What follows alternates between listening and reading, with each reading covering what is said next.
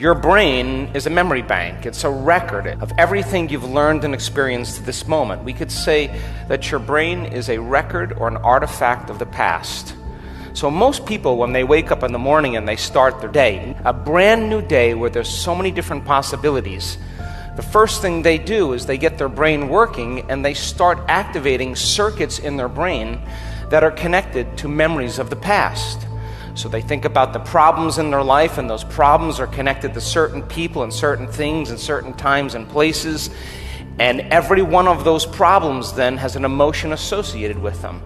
So if thoughts are the language of the brain and feelings are the language of your body, and how you think and how you feel creates a state of being, if you're living by familiar and same thoughts and you're feeling the same emotions, and emotions are a record of the past, we could say that most people wake up in the morning and their entire state of being is in the past, in the familiar past. Now, every thought has a frequency. Every thought produces an energy.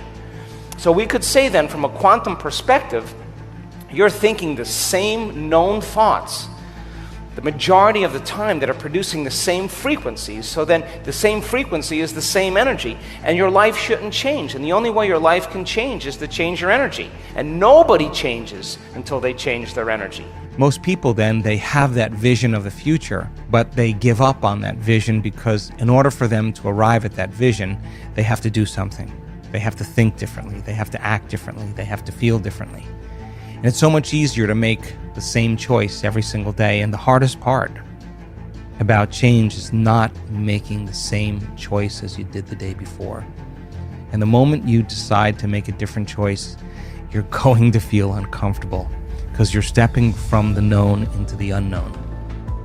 So some people would rather cling to their self-pity than take a chance in possibility. They'd rather tell the story of their past instead of telling the story of their future. They'd rather believe in their past instead of believe in their future. It's so much more important, though, to romance your future instead of romance your past. And I think if people understood that they could actually arrive at it, I think many people have done this already in their life. I think everybody, at least once in their life, has done something great.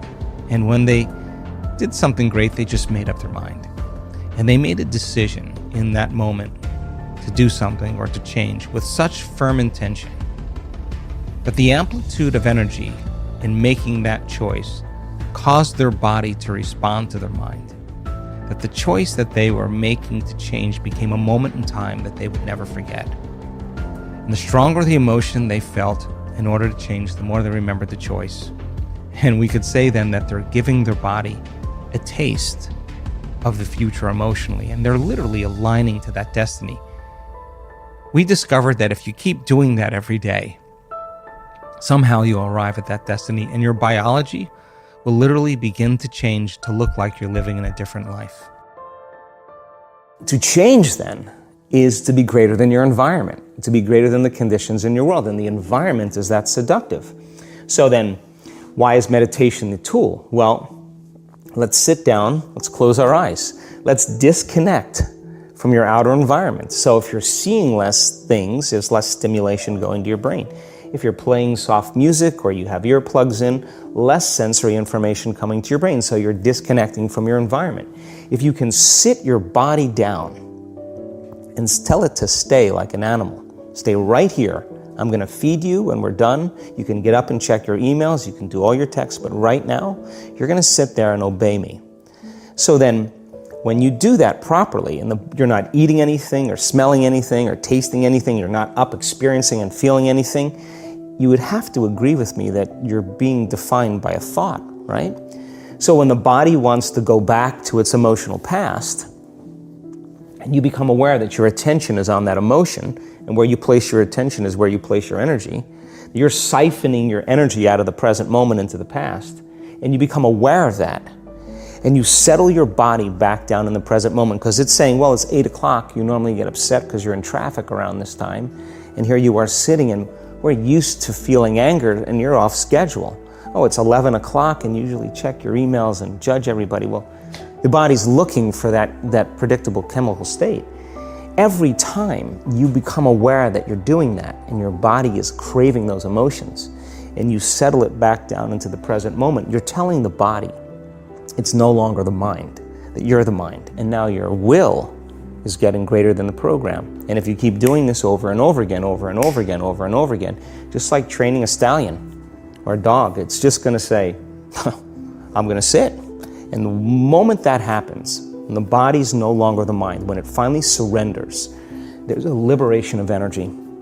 We go from particle to wave, from matter to energy, and we free ourselves from the chains of those emotions that keep us in the familiar past. And we've seen this thousands of times. In fact, we can actually predict it now on a brain scan. But if you start understanding what you're doing and why you're doing it, and the stronger the emotion you feel, the more you're going to pay attention to the picture in your mind. You begin to remember your future. You are branding that circuitry in your brain, and now you're emotionally conditioning your body into the future. Now, here's the side effect of that. If you can do that properly and become familiar with those states of mind and body, and you get up feeling like your future has already happened, I guarantee you're going to stop looking for it. The work is to be able to maintain that modified state of mind and body your entire day. You got to be able to sustain that state independent of your coworkers, independent of your boss, independent of your ex, independent of your finances, independent of the traffic. And if you're able to do that, you will begin to see the feedback in your life. If you woke up every morning and you truly made time to think like this: if my personality creates my personal reality, and my personality is made of how I think, how I act, and how I feel, if I want to create a new personal reality, a new life, I'm going to have to change my personality. And most people try to create a new reality, a new personal reality, as the same personality, and it doesn't work. We literally have to become someone else. So if you said, okay, let me not default and go unconscious to that 95% of who I am that's programmed. Let me become so conscious of the way I think. Let me become so aware of how I'm going to act today. Let me decide what emotions keep me connected to my past and bring me to a lower level of energy. Let me not go unconscious. If a belief is just a thought I keep thinking over and over again, what thoughts do I want to fire and wire in my brain?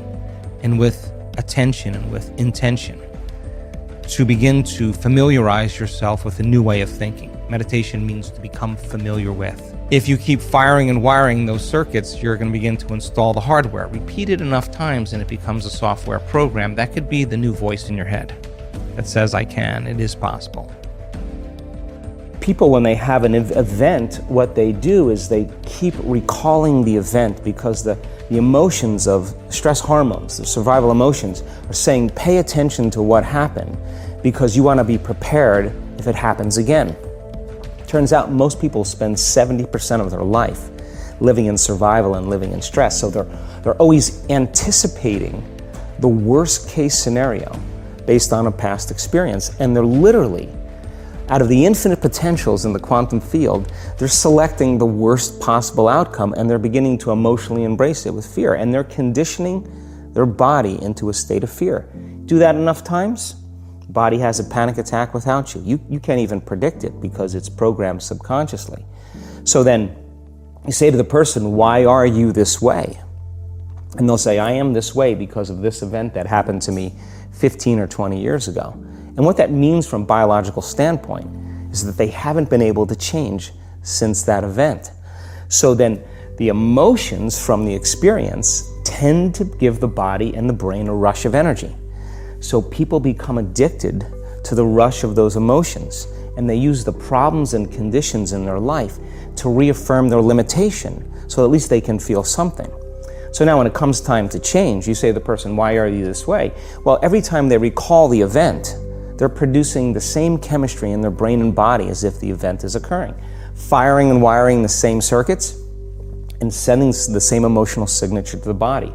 Well, what's the relevance behind that? Well, your body is the unconscious mind. It doesn't know the difference between the experience that's creating the emotion and the emotion that you're creating by thought alone. So the body's believing is living in the same past experience 24 hours a day.